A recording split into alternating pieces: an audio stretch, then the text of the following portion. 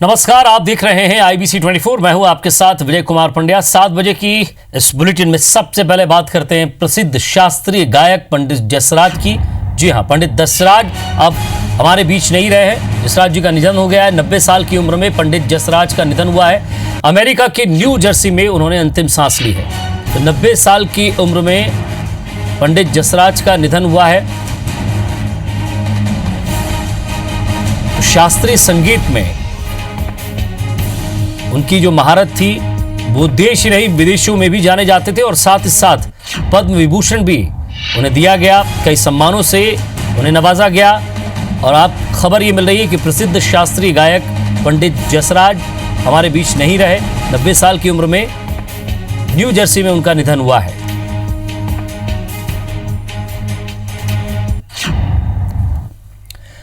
मध्य प्रदेश की खबरों का रुख करते हैं, जहां हटा में जमीन विवाद में खूनी संघर्ष हो गया है। दो पक्षों के बीच जमकर लाठी डंडे चले हैं। मारपीट का वीडियो सोशल मीडिया पर वायरल हुआ है और मारपीट करने वालों में महिलाएं भी शामिल हैं। तो मारपीट से 6 लोग गंभीर रूप से घायल हुए हैं। 10 से ज्यादा लोगों के खिलाफ यहां FIR दर्ज की गई है।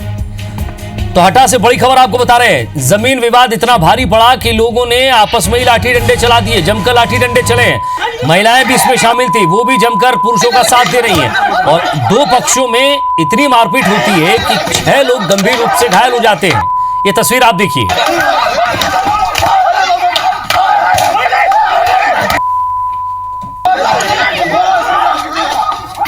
हटा से हमारे संवाददाता नरेश मिश्रा हमारे साथ जुड़ रहे हैं। नरेश, मारपीट की तस्वीरें हम देख रहे हैं। एक दूसरे की जान लेने पर उतारू हैं ये लोग।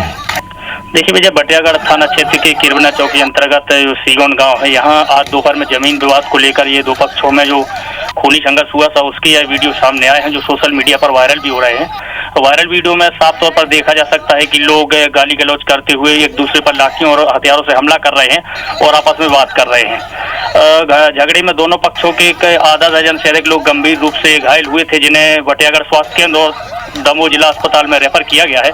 पुलिस ने दोनों पक्षों के करीब 15 लोगों पर मामला दर्ज कर जांच शुरू की है। विजय, शुक्रिया नरेश इस तमाम बातचीत के लिए। तो 10 से ज्यादा लोगों के खिलाफ FIR दर्ज की गई है, लेकिन हालांकि तस्वीर हम देख रहे हैं 10 से ज्यादा लोग हैं। और कितने लोगों पर FIR दर्ज होती है नरेश नजर बनाए रखिएगा। लेकिन जानलेवा हमला किया जा रहा है एक दूसरे पर और महिलाएं भी शामिल हैं।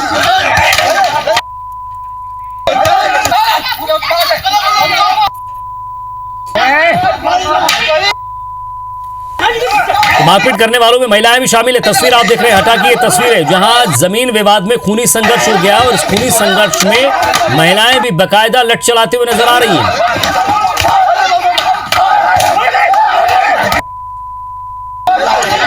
तस्वीर आप देखिए जहां एक दूसरे पर जानलेवा हमला किया जा रहा है। इस मारपीट में 6 लोग गंभीर रूप से घायल हुए हैं।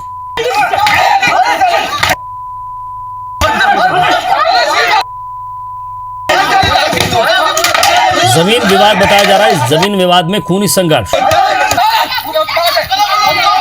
हालांकि इस मारपीट का वीडियो सोशल मीडिया पर वायरल हुआ।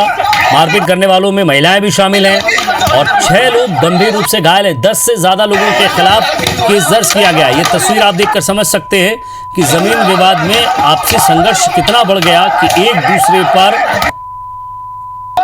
जवाबी हमला करने को तैयार है।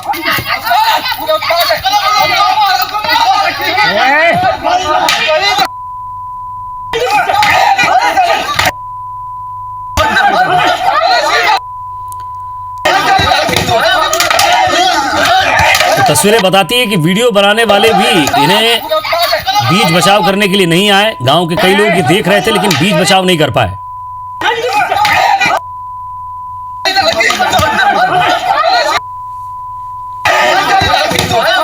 तो अभी जो आपको यहां लठ चलाते हुए नजर आ रहे हैं और जमीन विवाद में कलाबाजियां दिखा रहे हैं खूनी संघर्ष में, वो अस्पताल में लेटे हुए हैं। दूसरी तस्वीर में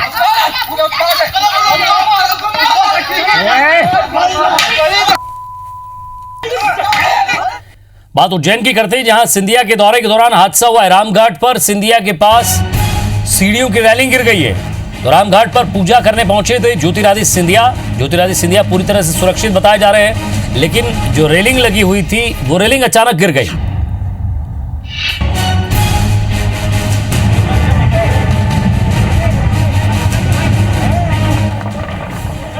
ये तस्वीर आप देख सकते हैं कि अगर सीढ़ियों से नीचे उतरे होते और ये रेलिंग दाएं के बजाय बाएं गिरी होती तो बड़ा हादसा हो सकता था। भीड़ ज्यादा थी और धक्का मुक्की में यह हादसा हुआ है। तस्वीर आप देखिए जहां पुलिस के जवानों ने भी उस पर पूरा जोर दे रखा है और ये रेलिंग, ये तस्वीर आप देखिए कि यहां वो गिर जाती है।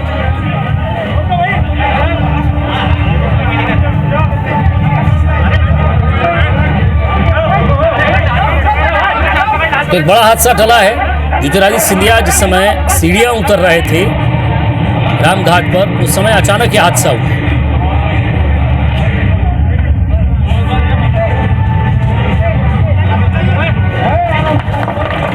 तो रामघाट पर पूजा करने पहुंचे थे ज्योतिरादित्य सिंधिया। आपको बता दें कि मध्य प्रदेश का दौरा कर रहे हैं, आज उज्जैन पहुंचे हैं। बाबा महाकाल की शाही सवारी में जिस तरह से सिंधिया परिवार हमेशा से ये परंपरा निभाता आया है, आज ज्योतिरादित्य सिंधिया भी पूजा अर्चना करने के लिए पहुंचे थे।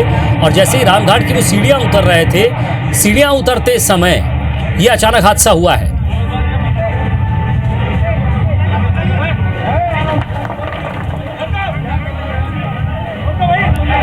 तो लाल पत्थरों की ये सीढ़ियां बनी हुई थी और अचानक आप देख सकते हैं कि किस तरह से यहां पुलिस वाले और जनता उस पर झूम रही थी। दीपक यादव हमारे संवाददाता हमारे साथ जुड़ गए। दीपक, जो तस्वीरें हम देख रहे हैं उससे साफ साबित होता है कि कई लोगों के हाथ का दबाव, पूरे शरीर का दबाव एक पुलिस वाला चढ़ता हुआ नजर आ रहा है। ये तो गनीमत रही कि वो सीढ़ी ज्यादा नीचे नहीं उतरे और ये दाएं तरफ गिर गई है। अगर उनके ऊपर गिरती या दाएं बाएं गिरती तो एक बड़ा हादसा हो सकता था।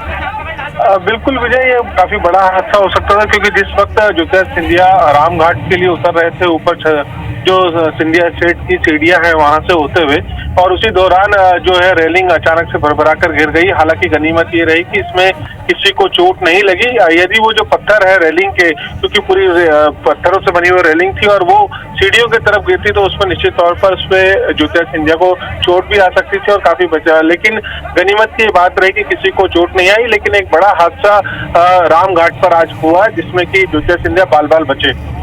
दीपक, कई बार कहा जाता है सोशल डिस्टेंसिंग का पालन होगा, ज्यादा भीड़ नहीं होगी, तो फिर इतनी झूमा झटकी क्यों हो रही थी यहाँ?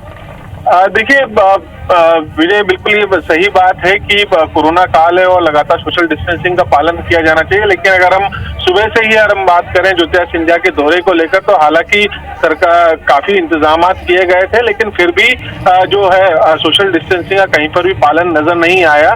जहां पर सीमित संख्या में लोगों को होना चाहिए था, जबकि रामघाट पर किसी को भी आने की अनुमति ज्यादा व्यक्तियों को नहीं दी गई थी। लेकिन उसके बावजूद भी जो समर्थक है, जनप्रतिनिधि है, वो वहां पर पहुंचे और यहाँ पर पुलिस और प्रशासन भी मुख्यदर्शक बनकर खड़ा रहा और उसी के बीच ये हादसा निकलकर भी सामने आया। तो झुमा झटकी भी हुई, लोग भी मौजूद रहे और बड़ा ये हादसा जो है वो भी निकलकर सामने आया जिसमें कि ज्योतिरादित्य सिंधिया बाल बाल बचे। लेकिन ये तस्वीर आप जरा देखिए, हालांकि इसमें हम किसी को दोषी नहीं बता रहे हैं, लेकिन जैसे एक पुलिस वाला उस पर चढ़ता है और अचानक से भरभरा कर गिर जाती है।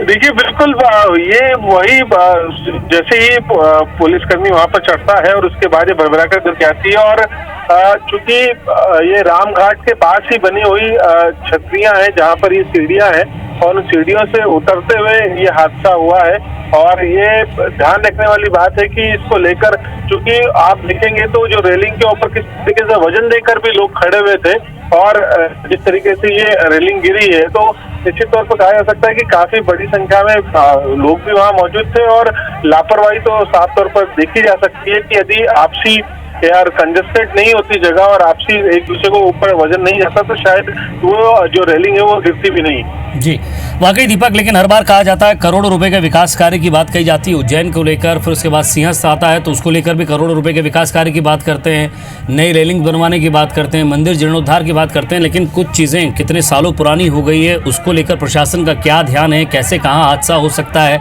शायद इसको लेकर बेखबर है। बहुत बहुत शुक्रिया दीपक इस तमाम बातचीत के लिए। इधर केंद्रीय ग्रामीण और पंचायत विकास मंत्री नरेंद्र सिंह तोमर ने कांग्रेस के उस बयान पर पलटवार किया है जिसमें कांग्रेस ने बीजेपी सरकार में किसान कर्ज माफी, युवाओं को रोजगार और अतिथि शिक्षकों को नियमित न किए जाने पर भी सिंधिया के विरोध न किए जाने की बात कही थी। तोमर का कहना है कि कांग्रेस की सरकार के समय ये मुद्दे थे, लेकिन जब से बीजेपी की सरकार आई है तब से ये मुद्दे नहीं हैं, क्योंकि बीजेपी सरकार जन कल्याणकारी कामों में लगी हुई है। सभी वर्गों के हितों का ध्यान भी रखा जा रहा है, इसलिए सिंधिया के विरोध करने जैसी कोई बात ही नहीं है। उन्होंने कहा कि जल्द ही सिंधिया ग्वालियर भी आएंगे। हम सभी लोगों के यहां प्रोग्राम तैयार हो रहे हैं, आने वाले समय पर कई और लोगों बीजेपी में शामिल हो सकते हैं। चंबल संभाग में सैनिक स्कूल ये लंबे समय से प्रतीक्षा थी, 2-3 साल से विषय चल रहा था। अब केंद्र सरकार ने इसको मंजूर कर दिया है। प्रदेश भर में नगर निगम, नगर पालिका और नगर परिषद के अध्यक्ष आज एकजुट होकर सीएम हाउस पहुंचे और प्रदर्शन किया है। अध्यक्षों ने कहा है कि शिवराज मंत्रिमंडल की पहली कैबिनेट बैठक की घोषणा में उस बैठक में घोषणा की गई थी कि सभी अध्यक्षों का कार्यकाल अगले चुनाव तक बढ़ाया जाएगा, लेकिन आज दिनांक तक भी इसे लागू नहीं किया गया है और इसी मांग को लेकर एक संगठन के बैनर तले सभी अध्यक्ष एकजुट हुए और कार्यकाल बढ़ाने की मांग की है। अध्यक्षों ने कहा है कि इससे पहले भी सभी लोग नगरीय प्रशासन मंत्री भूपेंद्र सिंह से भी इस संबंध में मुलाकात कर चुके हैं, लेकिन उन्होंने भी महज आश्वासन ही दिया है। अध्यक्षों ने चेतावनी दी है कि जल्द ही उनकी मांग पर विचार नहीं किया जाता है तो आने वाले उपचुनाव में विरोध करेंगे। साथ ही रणनीति भी तैयार करेंगे कि प्रत्याशियों को किस तरह से हराया जा सकता है। नगरीय निकायों के सभी अध्यक्षों का कार्यकाल 1 वर्ष के लिए बढ़ाया जाता है। माननीय मुख्यमंत्री जी से हम 3 बार मिल चुके हैं। उस निर्णय को 6 महीने हो गए, अभी तक वो निर्णय कार्यान्वित नहीं हुआ है, लागू नहीं हुआ है और अध्यक्षों को कार्यभार ग्रहण नहीं हुआ है।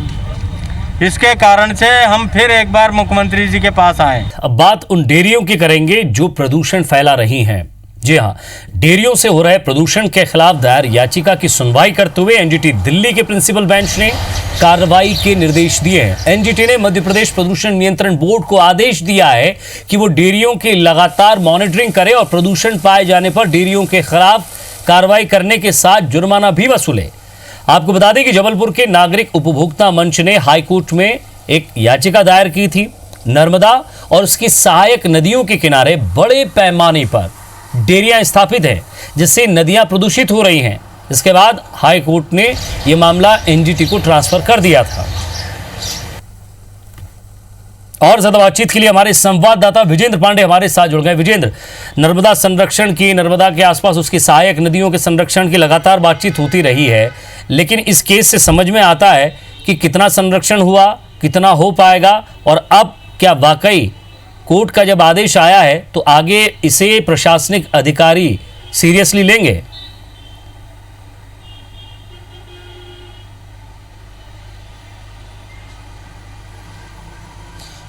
बेशक विजय, नर्मदा के प्रदूषण को लेकर हमेशा कंसर्न जो है वो दिखाया जाता रहा है, लेकिन मूल बात यह है कि नर्मदा में मुख्य तौर पर उसकी सहायक नदियों का जल प्रवाहित होता है और जबलपुर की हम खास तौर पर जब जिक्र करते हैं तो जबलपुर की जो सहायक नदियां हैं, जिसमें गौर और परियट बेहद महत्वपूर्ण सहायक नदियां हैं, ये बुरी तरह डेयरियों के प्रदूषण से विषैली होने तक की स्थिति इनकी आई। यही वजह है कि एक जनहित याचिका जबलपुर हाईकोर्ट में दायर की गई थी और बाद में वो एनजीटी यानी नेशनल ग्रीन ट्रिब्यूनल को ट्रांसफ़र कर दी गई।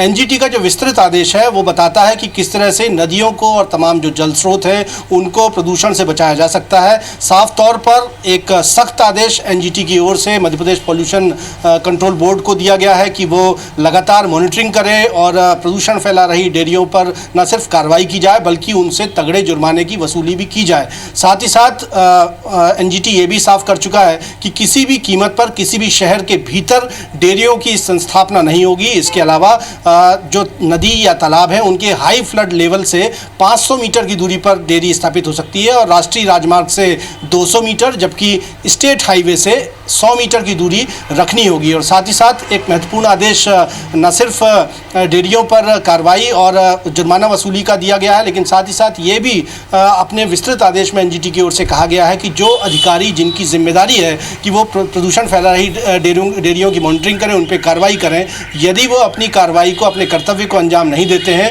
तो जो उनकी गोपनीय चित्रावली है उसमें उनकी नाकामी दर्ज की जाए और उन पर सख्त कार्रवाई की जाए। तो जाहिर सी बात है, जैसा आपने कहा, एनजीटी सबसे बड़ी एक ट्रिब्यूनल है देश में पर्यावरण की सुरक्षा के लिहाज से। यही वजह है कि हाई कोर्ट से ये याचिका एनजीटी में ट्रांसफ़र हुई थी और अब एनजीटी की प्रिंसिपल बेंच का नई दिल्ली का ये आदेश है।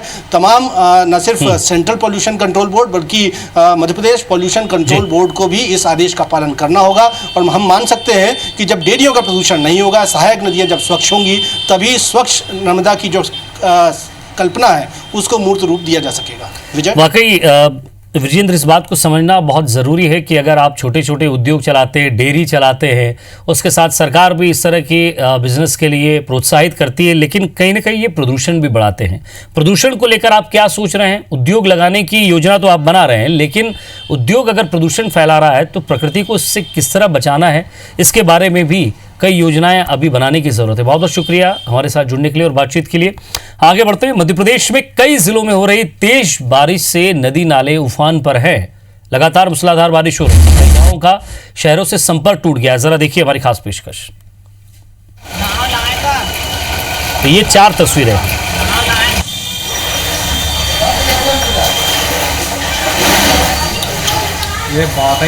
जबलपुर की तस्वीरें आप देख रहे हैं जिसमें 3 शहर की सड़कें जलमग्न नजर आ रही हैं।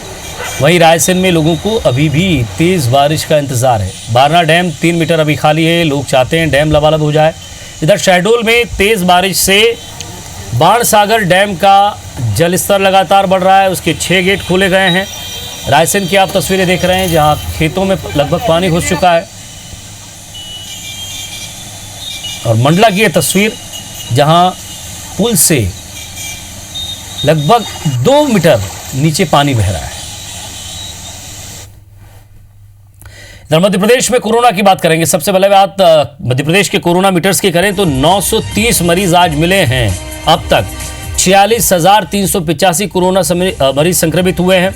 आज 23 कोरोना मरीजों की मौत हो गई। अब तक 1,128 कोरोना मरीजों की मौत हो चुकी है और आज 987 कोरोना मरीज ठीक हुए हैं। तो एमपी में अब तक 35,025 मरीज ठीक होकर घर भी गए हैं। वहीं एक्टिव मरीजों की संख्या की बात करें तो 10,223 मरीज अभी भी इलाज करवा रहे हैं।